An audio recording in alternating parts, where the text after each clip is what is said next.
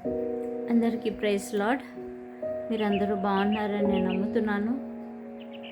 మనము ఈ రోజుల్లో చూసినట్టయితే ఎక్కడ చూసినా చాలా భయంకరమైన పరిస్థితులు క్రైస్తవులు చూస్తున్నారు. ఎక్కడ చూసినా చాలా భయాందోళన కలిగిన పరిస్థితులు.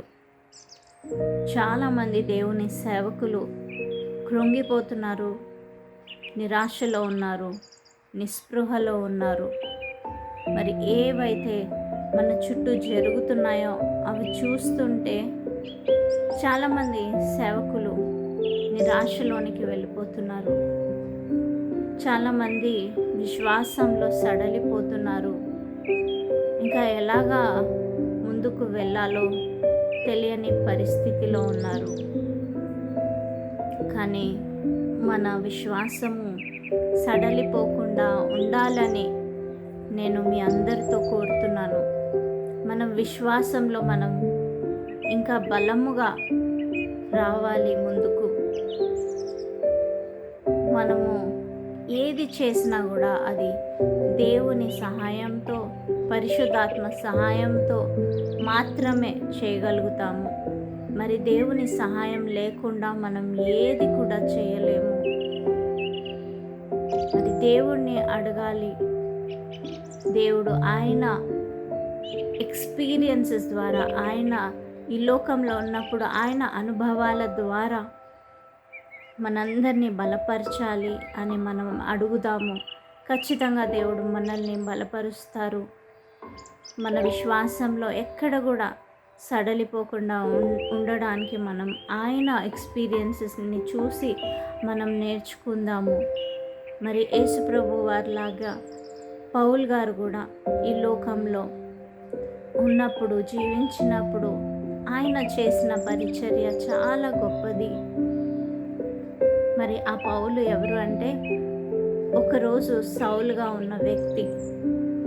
మరి ఆయన దేవుని ప్రజలను ఇబ్బంది పెడుతూ, దేవుని ప్రజలను దూషిస్తూ, నిందిస్తూ, వారిని అవమానిస్తూ, వారిని హింసిస్తూ ఉన్న సమయాల్లో మరి దేవుడు ఆయన్ని దర్శించడం అనేది జరుగుతుంది. మనందరికీ తెలుసు.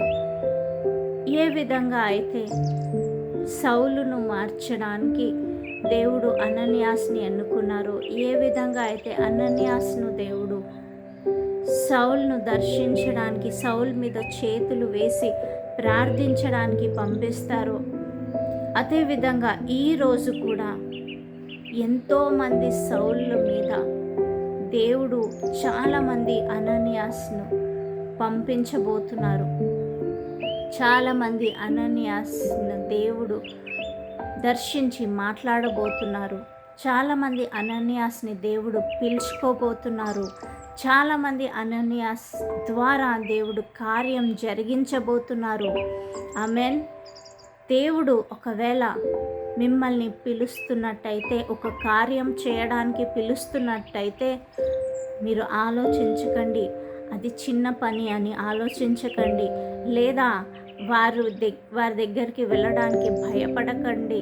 ఎందుకంటే సౌలు ఆ సమయంలో ఎంత భయంకరముగా మరి క్రైస్తవులను హింసిస్తూ ఉన్నాడు, చంపివేస్తూ ఉన్నాడు. మరి అలాంటి సమయంలో అననీయాస్ కూడా ఫస్ట్ భయపడ్డాడు. కానీ దేవుని మాటకు గౌరవం ఇచ్చి, దేవుని మాటకు విలువిచ్చి తను ముందుకు వెళ్ళడానికి సిద్ధపడ్డాడు. కాబట్టే పౌలు గారు ద్వారా ఇన్ని 13 letters, books of the Bible మనం చదవగలుగుతున్నాము. ఆమేన్. అదే అననీయాస్ ఆ రోజు వెళ్ళి ఉండకపోయి ఉంటే ఈరోజు మనకి బైబిల్లో ఈ గ్రంథాలు, ఈ బుక్స్ అనేవి ఉండకపోదును.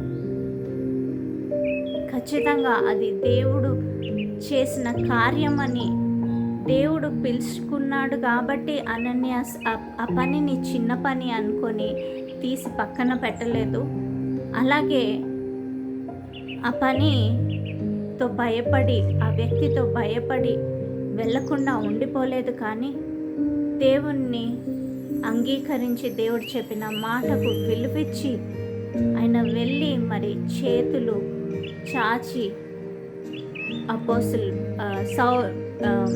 సౌలు గారి మీద చేతులు చాచి ఆయన ప్రార్థించడం అనేది జరుగుతుంది.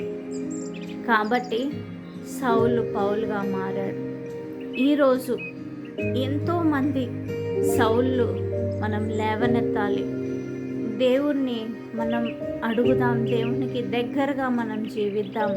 ఇది ఎండ్ డేస్లో ఉన్నాం కాబట్టి ఖచ్చితంగా దేవుడు మనతో మాట్లాడాలని, మనం ఆయనకి దగ్గరగా ఉంటేనే ఆయన మనతో మాట్లాడతారు. ఆమేన్. మనం ఆయనకి దూరంగా వెళ్తే మనము ఈ లోకంలో జీవించడం కష్టము. ఆయన చెప్పిన పనులు మనం చేయాలి అంటే ఆయన మాట కోసం మనం ఎదురు చూద్దాము.